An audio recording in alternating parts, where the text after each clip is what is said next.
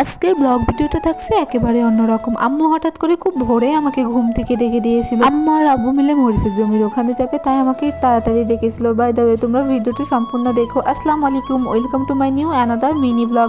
আমি তোমাদের রথে চলে এসেছি একটা অথৈ ফোটানোর সুন্দর ভিডিও নিয়ে। যেহেতু আম্মু খুব ভোরে চলে গিয়েছিল, রান্না করতে পারতেছিল না, তাই আমাকে রান্না করতে বলে গিয়েছিল। তাই আমি শর্টকাটে খিচুড়ি রান্না করতেছিলাম। তোমরা তো দেখতে পেলে আমি কতটা পরিমাণে চাউল নিয়েছিলাম। চাউল নেওয়ার পর পানি দিয়ে ভালো মতো ধুয়ে নিতেছিলাম। প্রায় 3-4 বার ধোয়া হয়ে গিয়েছিল। এরপর যে আগে থেকে ডাল ধুয়ে রেখেছিলাম, সে ডালটাও চাউলের ভিতর দিয়ে দিয়েছি। ডাল চাল মিলিয়ে পরিমাণটা প্রায় 3 মগই ছিল। এরপরে যে পেঁয়াজ রসুন গুলো কেটে নিয়েছিলাম, সেটাও ভালোভাবে দিয়ে দিলাম। এরপরে একে একে সব মশলাগুলো যেগুলো গুছিয়ে রাখছিলাম, সেগুলো সুন্দর মতো ভালোভাবে দিয়ে দিলাম। প্রথমে তো হলুদ দিয়েছিলাম, এরপর লবণ দিলাম, তারপরে মরিচের গুঁড়া নিয়েছিলাম। যেহেতু আমি কাঁচা মরিচ বেশি দিয়েছি, তাই মরিচের গুঁড়াটা অল্পই দিয়েছিলাম।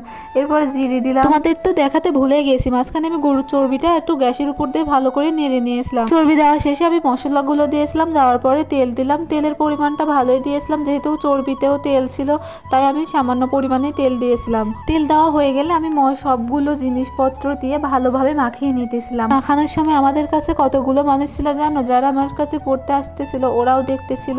আবার রাজিয়া এসেছিল। রাজিয়া তো আমাকে ভিডিওটা করতে অনেকই সাহায্য করেছে। যেহেতু আমি গরুর চর্বিগুলো আগে দিয়েছিলাম না, তো সেহেতু আমি মাখানোর সময় আমার হাতে সব চর্বিগুলো লেগে যেতেছিল। আর যখন তো পানি দিই, তখন তো একদম আঠালো ভাবে লেগে যেতেছিল। দেখো তোমরা হাতে কি অবস্থা। এরপরে পরিমাণ মতো পানি দিয়ে কুকারের ভিতর বসিয়ে দিয়েছিলাম। বসিয়ে দেওয়ার পর কিছুক্ষণ পর দেখতেছিলাম কি অবস্থা, লবণ টবণ ঠিক আছে নাকি। ভাত সম্পূর্ণ হয়ে যাওয়ার আগেও একটু সরিষার তেল দিয়ে দিই, ভালোই লাগে বেশ।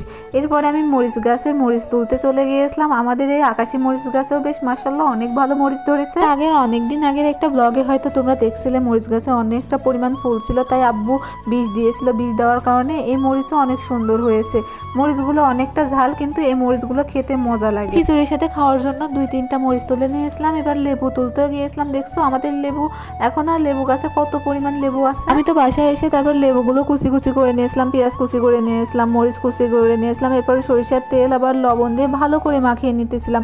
খিচুড়ি ভাতের সাথে এই সালাদ দিয়ে খাইতে তো বেশ মজা লাগে। আবার আলাদা করেও কিছুটা লেবু কেটে টুকরো টুকরো করে রেখেছিলাম। পরে আমি খাওয়ার রুমে রাইস কুকারটা নিয়ে এসেছিলাম। ধোয়া ওঠা ভাত উঠছে। আমার তো দেখেই সেই মজা লাগতেছিল, কারণ নিজে হাতে রান্না করছি, আর মজা হলে তো আরো সুন্দর লাগবে।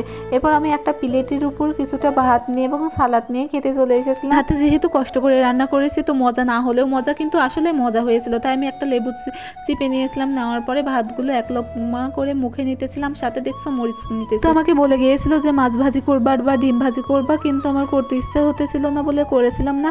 আর আমার খিচুড়ি ভাত লেবু পেঁয়াজ শসা এগুলো দিয়ে খেতে ভালো লাগে। আমি কিছুক্ষণ বসেছিলাম, বসে থেকে দেখছি আব্বুরা সব মরিচ নিয়ে চলে এসেছে। আজকে প্রায় 10-12 কেজির মতো মরিচ তুলেছিল। আমরা সবাই মরিচ বাছতেছিলাম এবং গল্প করতেছিলাম। আম্মু তো বলতেছিল শেফা নাকি আসার জন্য কান্না করতেছিল, যেহেতু আমার নানিদের বাড়ির কাছে আমাদের মরিচ গাছগুলো পাতা মাপা হয়ে গেলে আব্বু তো মেপে নিতেছিল যে কতটা পরিমাণ হয়েছে। বাড়িতে মেপে তো 2 দাঁড়ি হয়েছিল, কিন্তু বাজারে বিক্রি করতে যে প্রায় 12-13 কেজি মতো হয়েছিল। এই ছিল আমার আজকের সকালকার একটা মিনি ব্লগ। তোমাদের কেমন লাগলো কমেন্ট করে জানিও। আল্লাহ হাফিজ।